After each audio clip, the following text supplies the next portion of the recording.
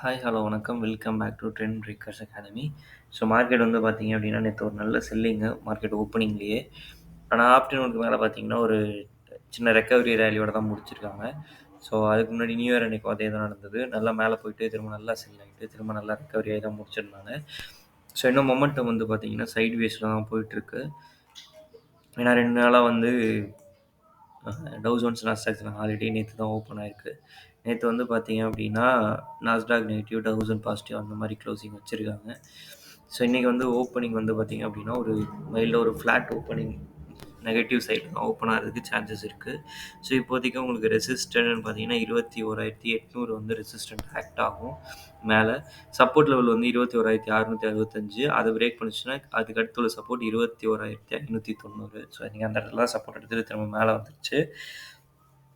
So இதுதான் இப்போதைக்கு வந்து சப்போர்ட் லெவலா ஆக்ட் ஆகிட்டுருக்கு. ஸோ அதை பிரேக் பண்ணுச்சு அப்படின்னா 21,490 வரைக்கும் கீழே போகிறதுக்கு பாசிபிலிட்டிஸ் இருக்குது நிஃப்டியில். ஓகேங்களா?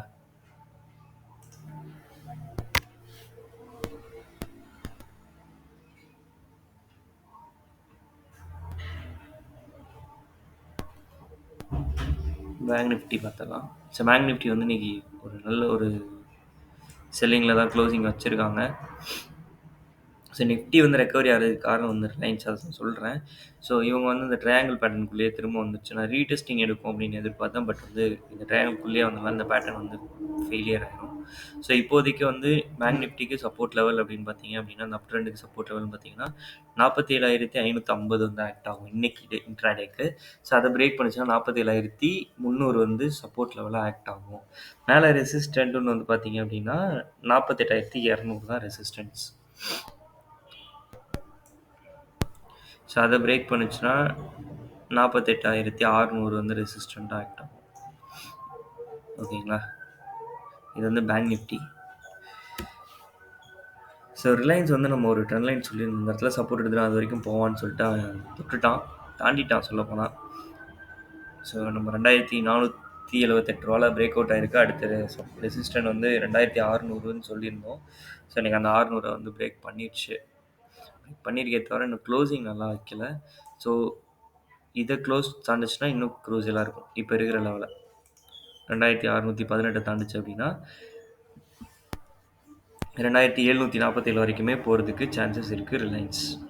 ஓகேங்களா? ரிலையன்ஸ் நல்லா இருக்குது, நோட் பண்ணுறவங்க நோட் பண்ணிக்கோங்க.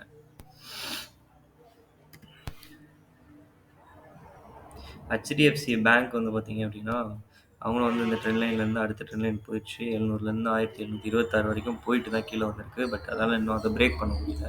ஸோ அதை பிரேக் பண்ணுதான்னு பார்ப்போம். பிரேக் பண்ணிச்சுன்னா அடுத்து என்ன நடக்குதுன்னு பார்க்கலாம். ஹெச்டிஎஃப்சியில் ICICI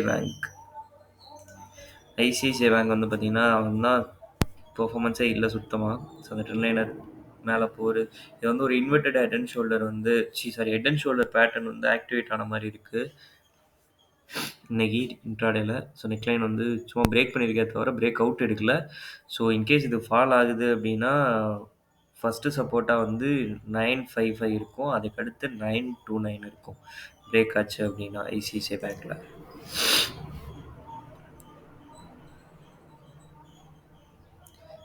Nifty IT. So Nifty ஐடிலேயும் வந்து ஒரு பேட்டர்ன் ஃபார்மேஷனில் தான் இருக்குது ஸ்டில் நவ். அந்த பேட்டர்ன் வந்து இதை பிரேக் பண்ணால் தான் பிரேக் அவுட்டு 34,415 கீழே வந்துச்சு அப்படின்னா திரும்ப செல் ஆகிறதுக்கு சான்சஸ் இருக்குது. இப்போதைக்கு அடுத்து அப் ட்ரெண்ட் அது போகணும் அப்படின்னா 35,800க்கு மேலே போச்சுன்னா தான் அடுத்த அப் ட்ரெண்டுக்கு மாறும் நிஃப்டி. ஓகேங்களா? ஓகே, உங்களுக்காக யூஸ்ஃபுல் கண்டென்ட் போடுற உங்கள் ட்ரெண்ட் பிரேக்கர்ஸ் அகாடமியை இப்போ வரைக்கும் நீங்கள் ஃபாலோ பண்ணல அப்படின்னா ஃபாலோ பண்ணிக்கோங்க. தேங்க்யூ ஃபார் வாட்சிங்.